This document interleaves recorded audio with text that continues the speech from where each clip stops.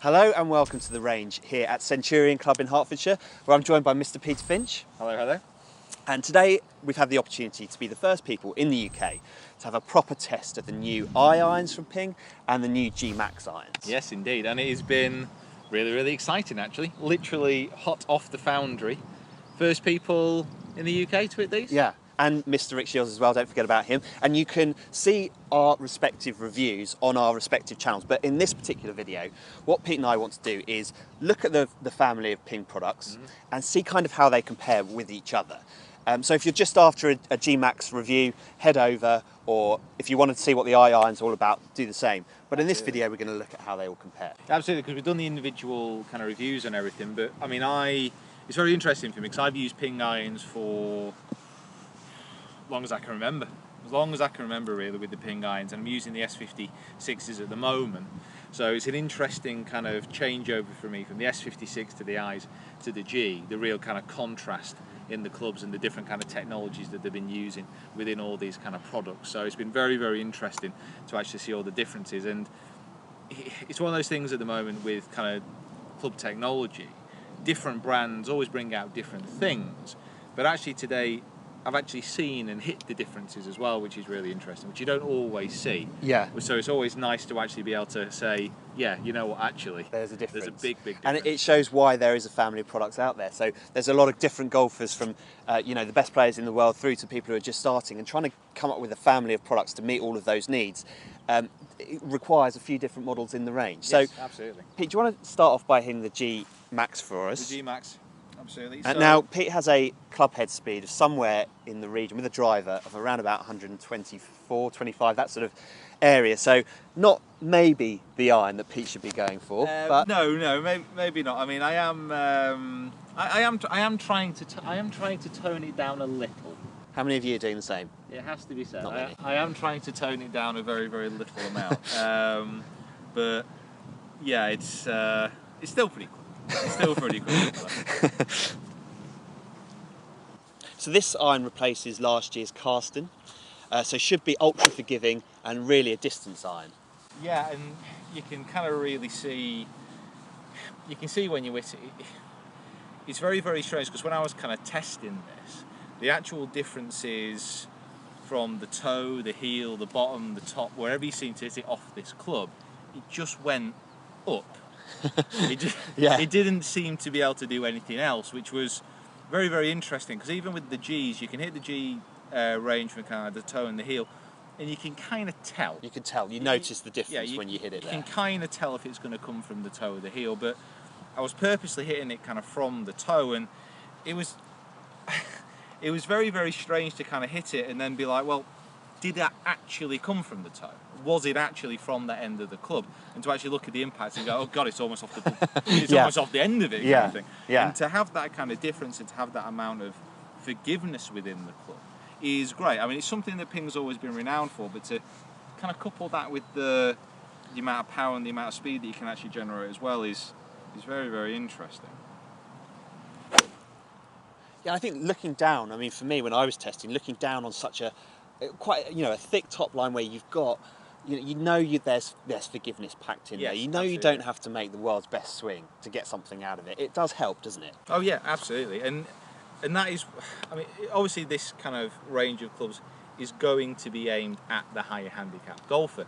But that's not to say that some golfers kind of down the line who may struggle with longer irons but are still kind of decent, kind of mid-handicap players. There's no reason why this can't go in the top end of the bag.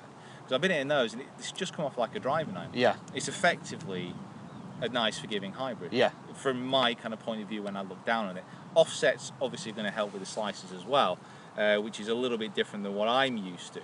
But as far as kind of doing the job that it says on the tin, you can't really ask for much more. No. Generally. No, absolutely. Unless you want to add something else. I don't think they're going to be able to add much more. So Pete, just a quick one. What were the numbers for that?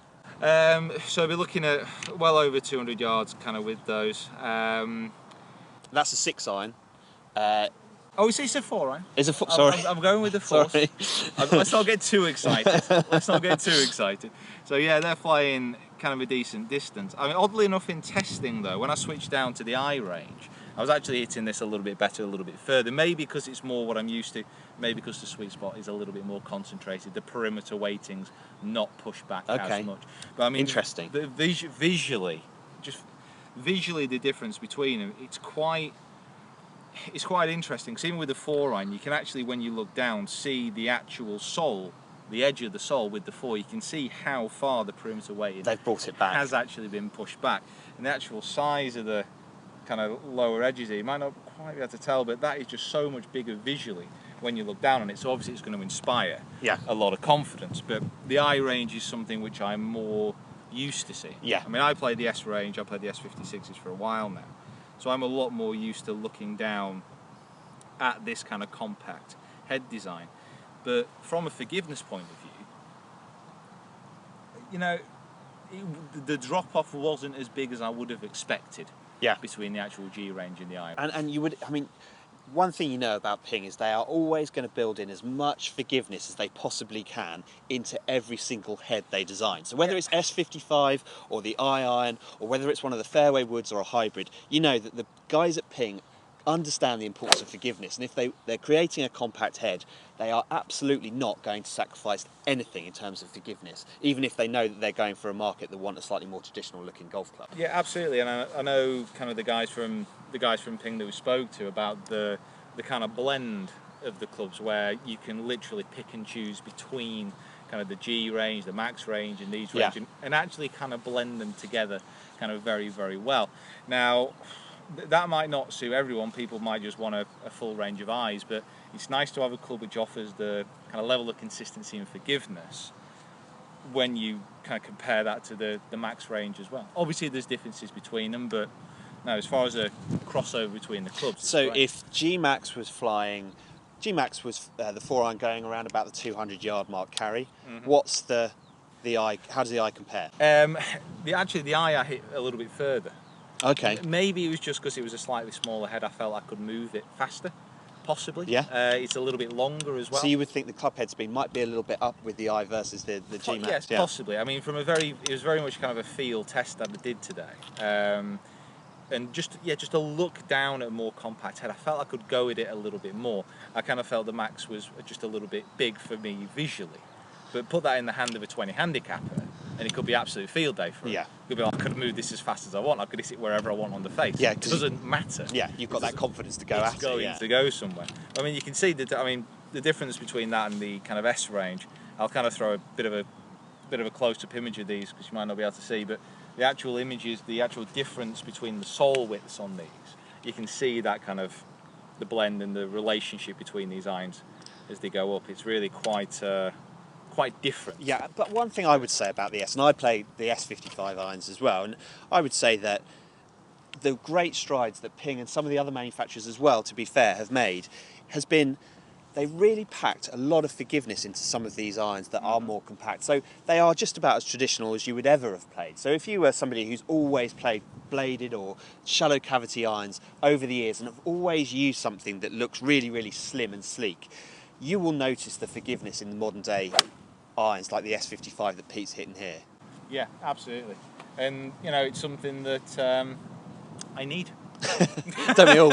Basically, it's something that I need, which is great. It's great, and it's been just fantastic to actually get my hands on these and test them and go through the full range. They're definitely worth checking out.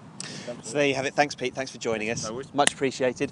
For more, head over to Pete's channel. Head over to Rick's channel as well, where both of the guys have given both of the sets of irons a thorough testing. Also, of course, we have our own tests on our channel. Check them all out before you make any decisions about the future. And make sure you subscribe to all the channels as well. It's the only way you're going to get to know when we release all our videos. So stay tuned and subscribe. Absolutely. Well said. Well, thank you. Appreciate that.